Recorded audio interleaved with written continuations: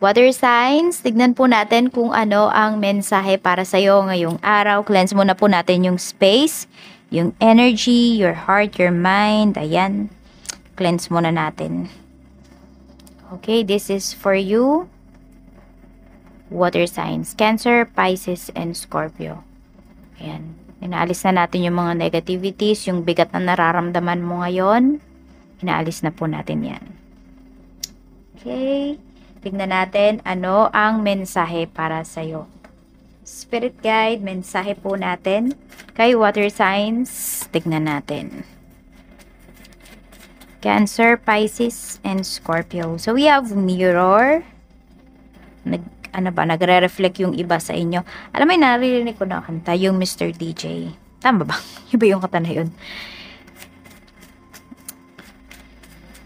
Meron tayo ditong palm tree. I mean, naririnig ko yan sa ano ha. Ay, hindi ko siya naririnig talaga. Walang tugtog dito.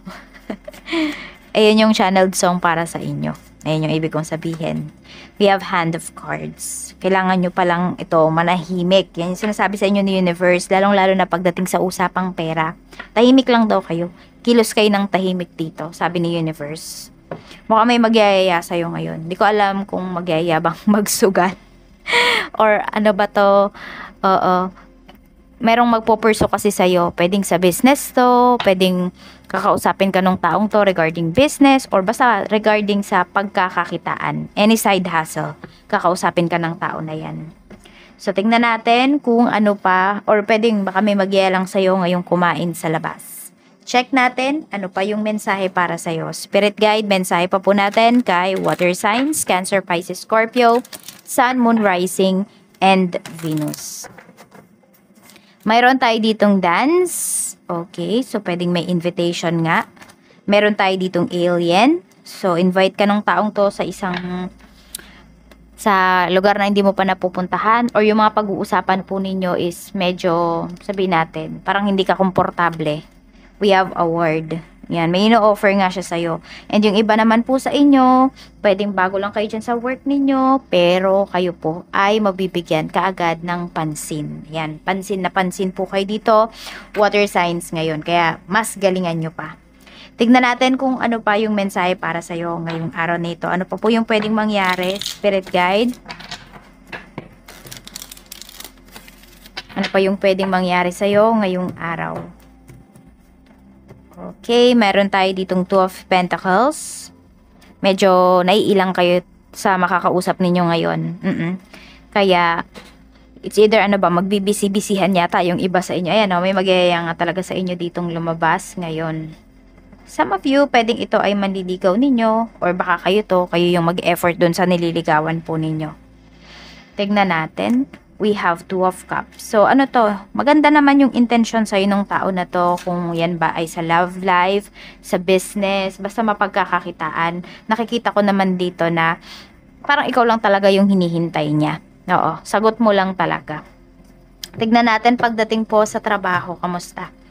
Meron tayo ditong Wheel of Fortune. Meron tayo ditong Eight of Swords. So, marami naman sa inyo dito. Sabi ko, ito yung iba. Bago lang kayo sa trabaho, pero feeling ninyo, ay, hindi feeling, bago lang kayo sa work, pero ma-awardan ka agad kayo dito, mapapansin kayo. Yung iba naman, ito, pwede kasi ang pinapakita dito is yung mga nasa current job nila, pwedeng hindi masaya. Ayan po. Feeling mo walang progress na mangyayari dito sa iyong career. And yung iba naman po sa inyo dito ay pwede na nagbago yata ng policy, nagbago ng management dyan sa trabaho. So, nahihirapan po kayo. Parang wala kayong magawa, ganyan. Oo, may humahawak sa inyo dito. Bawal kayo magreklamo. We have Judgment, but in reverse kasi siya. So, hinihintay na lang talaga nung iba sa inyo na matapos yung inyong kontrata para po kayo ay makalipat na ng work. Kasi wala na akong nafe-feel dito na masaya kayo. Ayan. Pero meron dito pinapakita yan sa mga baguhan sa work. Mas masaya sila. Siguro challenging, pero yung challenge na yun makakayanan mo siya eh.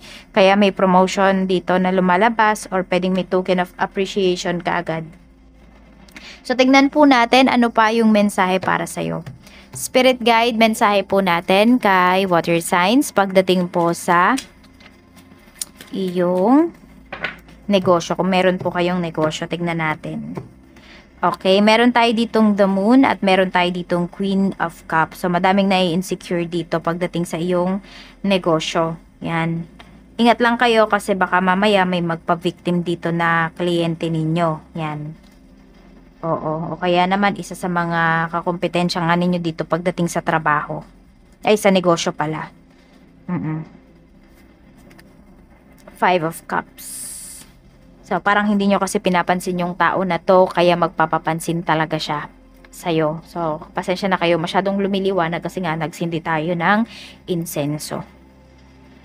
So, oo, parang kontento naman yung iba sa inyo, or marami sa inyo, water signs, kikitain ninyo ngayong araw. Wala naman kayo magiging problema. Dun lang talaga sa isang tao na yun. So, babae po yan.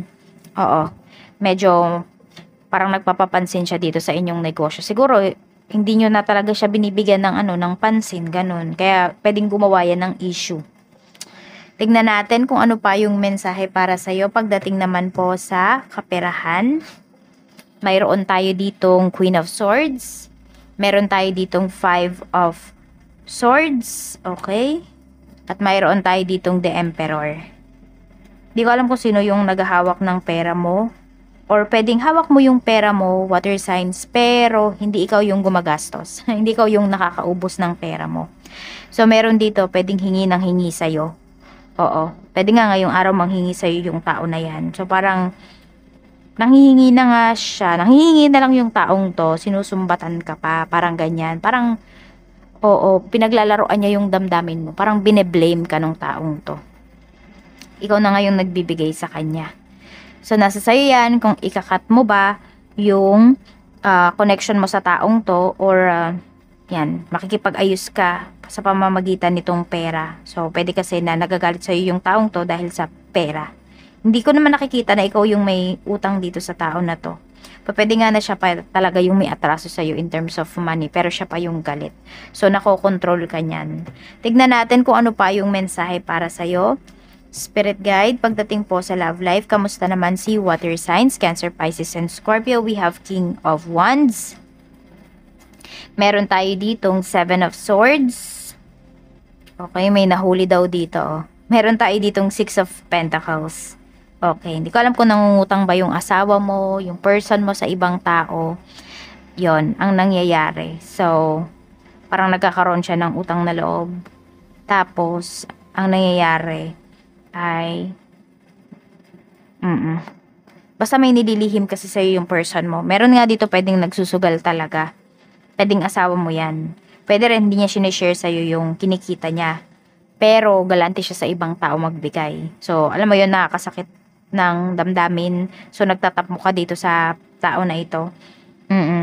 Kasi parang sa iba, ang bilis niyang magbigay, ang dali niyang magbigay, ang gaan ng kamay niya. Pero pagdating sa iyo, Diyos ko, or pagdating sa family po ninyo, pwedeng yung tao na to napaka mahigpit.